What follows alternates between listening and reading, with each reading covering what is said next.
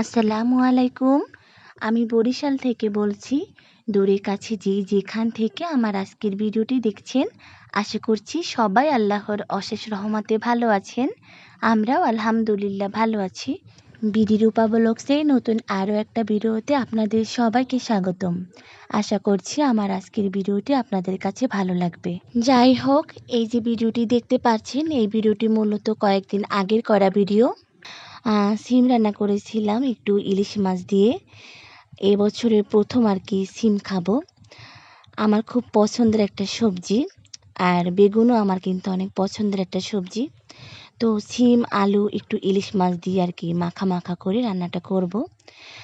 মশলার ভিতরে আমি কিন্তু কাঁচা ইলিশ মাছ একটু কষিয়ে নিয়েছি। কষানোর পরে আমি আস্ত থাকতে আর কি তুলে ফেলেছি।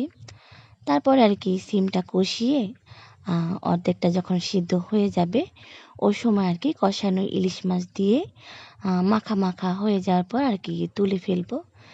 তো আমি কিন্তু ইলিশ মাছ দিয়েও দিয়েছি। যাই হোক, এখন এই পর্যায়ে আমি কিছু ধনিয়া পাতা একদম কুচিয়ে তারপরে উপর থেকে ছড়িয়ে দিব। এই তরকারিতে কিন্তু ধনিয়া পাতা খেতে অনেক বেশি ভালো লাগে। শীতকালীন একটা সবজি, আমার খুবই পছন্দের একটা তরকারি হলো এই সিমের এই তরকারিটা আমার খুবই পছন্দ। আর হচ্ছে ফুলকপি, তারপরে একটু শুটকি ভর্তা করেছিলাম, তো সেটা ভিডিও করা হয়নি। যাই হোক, বিকেলবেলা আমার ননদের হাজবেন্ড এসেছিল। তো ওই সময় কিন্তু ওনার জন্য যা যা রান্না সেগুলো আর কি রাতের বেলায় করে ফেলেছিলাম। গরুর মাংস রান্না করেছিলাম, তার সাথে চিংড়ি মাছ ভুনা করেছিলাম। সেগুলো আর ঝটপট কাজের তাড়নায় ভিডিও করতে খেয়ালই ছিল না।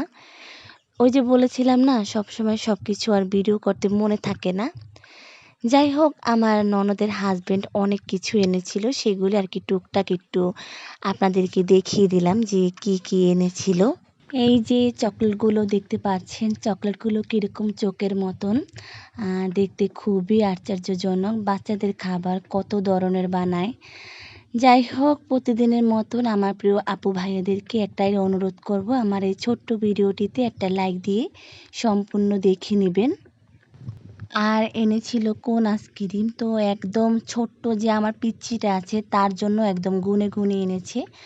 প্রত্যেকের জন্য এক একটা করে কোন আইসক্রিম এনেছিল।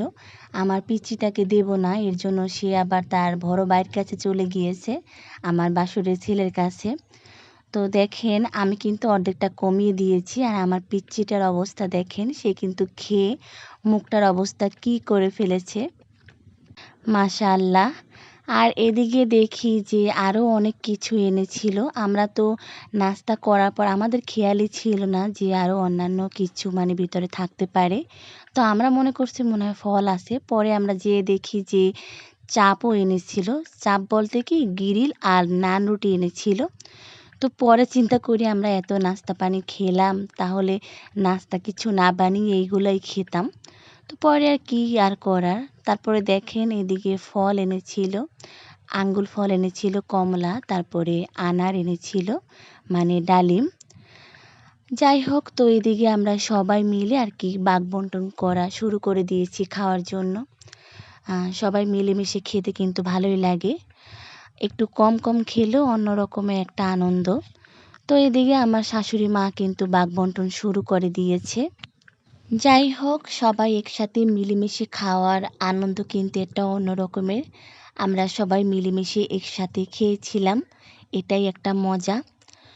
তো নান রুটি আর গ্রিল এনেছে, তার সাথে কিন্তু মনে করি আমার ননদের হাজবেন্ড একটা বড় 7 আপও এনেছিল। এই জাতীয় খাবারের সাথে কিন্তু 7 আপ খুবই জমে যায়।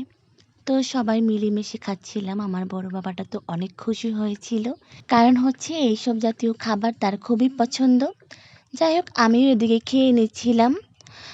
আমার প্রিয় আপু ভাইয়েরা যারা যারা আমার ভিডিওটিতে একটা লাইক দিয়ে সম্পূর্ণ দেখে নিয়েছেন, তাদেরকে অনেক অনেক ধন্যবাদ।